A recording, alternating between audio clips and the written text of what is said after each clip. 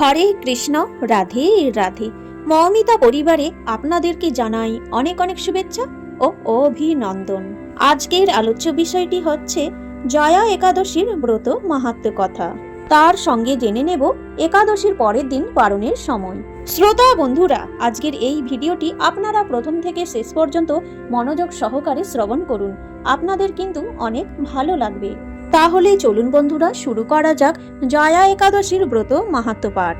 মাঘী শুক্লপক্ষিয়া জয়া একাদশীর ব্রত মাহাত্ম্য ভবিষ্যত্তর পুরাণে যুধিষ্ঠির শ্রীকৃষ্ণ সংবাদ রূপে বর্ণিত আছে। শ্রী গরুড় পুরাণে মাঘ মাসের শুক্লপক্ষিয়া একাদশী তিথিকে ভৈমী একাদশী নামে অভিহিত করা হয়েছে। কল্পান্তরে বিভিন্ন পুরাণে বিভিন্ন নাম উল্লেখ রয়েছে। পদ্মপুরাণ অনুসারে জ্যৈষ্ঠ মাসের শুক্লপক্ষিয়া একাদশী নামই পাণ্ডবা নির্জলা বা ভৈমী একাদশী। যুধিষ্ঠির বললেন, হে কৃষ্ণ, আপনি কৃপা করে মাঘ মাসের শুক্লপক্ষিয়া একাদশীর সবিশেষ বর্ণনা করুন। শ্রীকৃষ্ণ বললেন, হে মহারাজ, মাঘ মাসের শুক্লপক্ষের একাদশী জয়া নামে প্রসিদ্ধ। এই তিথি সর্বপাপ বিনাশিনী, সর্বশ্রেষ্ঠা, পবিত্রা, সর্বকাম ও মুক্তি প্রদায়িনী। এই ব্রতের ফলে মানুষ কখনো প্রেতত্ব প্রাপ্তি হয় না। এই একাদশীর নিম্নরূপ উপাখ্যান শোনা যায়। এক সময় স্বর্গে ইন্দ্রদেব রাজত্ব করছিলেন। সেখানে অন্য দেবতারাও বেশ সুখেই ছিলেন। তারা পারিজাত পুষ্প শোভিত নন্দনকাননে অপ্সরাদের সাথে বিহার করতেন। একদিন 50 কোটি অপ্সরা নায়ক দেবরাজ ইন্দ্র স্বেচ্ছায় তাদের আনন্দ ভরে নৃত্য করতে বললেন। নৃত্যের সাথে গন্ধর্বগণ গান গাইতে লাগলেন। পুষ্পদত্ত, চিত্রসেন প্রভৃতি প্রধান প্রধান গন্ধর্বেরাও সেখানে উপস্থিত ছিলেন। চিত্রসেনের পত্নীর নাম মালিনী। পুষ্পবন্তী নামে তাদের এক কন্যা ছিল। পুষ্পদত্তের পুত্রের নাম মাল্যবান। এই মাল্যবান পুষ্পবন্তীর রূপে মুগ্ধ হয়েছিল। পুষ্পবন্তী পুনঃ পুনঃ কটাক্ষ দ্বারা মাল্যবানকে বশীভূত করেছিল। ইন্দ্রের প্রীতি বিধানের জন্য তারা দুজনেই নৃত্যগীতের সেই সভায় যোগদান করেছিল। কিন্তু একে অপরের প্রতি আকৃষ্ট থাকায় উভয়েই চিত্ত বিভ্রান্ত হচ্ছিল। সেখানে কেবল তারা পরস্পর দৃষ্টিবদ্ধ হওয়া থাকা অবস্থায় দাঁড়িয়ে রইল। ফলে গানের ক্রম বিপর্যয় ঘটল। তাদের এইরকম তাল মান ভঙ্গভাব দেখে তারা যে পরস্পর কামাসক্ত হয়েছে, দেবরাজ ইন্দ্র তা বুঝতে পারলেন। তখন ক্রোধবশে তিনি তাদের অভিশাপ দিলেন, হে মূর্খ, তোমরা আমার আজ্ঞা লঙ্ঘন করেছ। তোমাদের ধিক, এখনই তোমরা পিশাচ যোনি লাভ করে মর্তলোকে নিজ দুষ্কর্মের ফল ভোগ করো। ইন্দ্রের অভিশাপে তারা দুজন দুঃখিত মনে হিমালয় পর্বতে বিচরণ করছিল।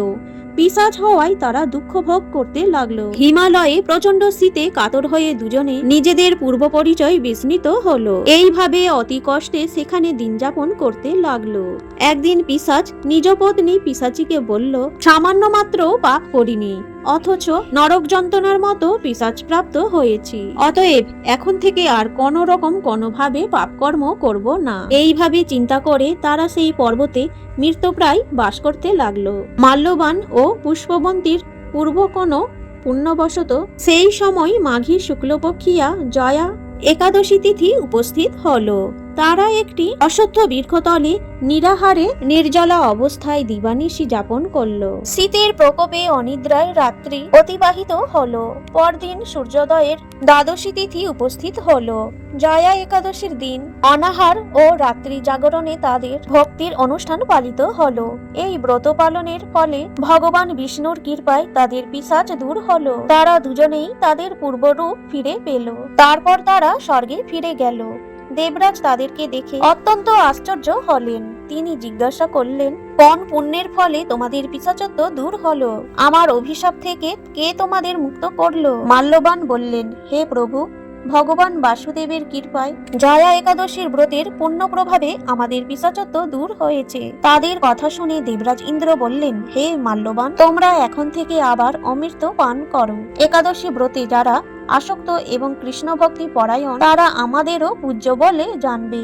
এই দেবলোকে তুমি পুষ্পবন্তীর সঙ্গে সুখে বাস করো। হে মহারাজ, এই জয়া ব্রত ব্রহ্মহত্যা জনিত পাপকেও বিনাশ করে। এই ব্রত পালনে সমস্ত প্রকার দানের ফল লাভ হয়। সকল যজ্ঞ ও তীর্থের পুণ্যফল এই একাদশী প্রভাবে আপনা হতে লাভ হয়। অবশেষে মহানন্দে অনন্তকাল বৈকুণ্ঠবাস হয়। এই জয়া একাদশীর ব্রতপাঠ ও শ্রবণে অগ্নিষ্টম যজ্ঞের ফল পাওয়া যায়। জয় শ্রীকৃষ্ণ। ব্রত মাহাত্ম্য পাঠ এখানেই শেষ হলো। এইবারে জেনে নেওয়া যাক একাদশীর পরের দিন পারণের সময়। সকাল 6:23 থেকে 9:58 মধ্যে। হরে কৃষ্ণ। ভিডিওটি এখানেই শেষ হলো। সকলেই ভালো থাকবেন, সুস্থ থাকবেন।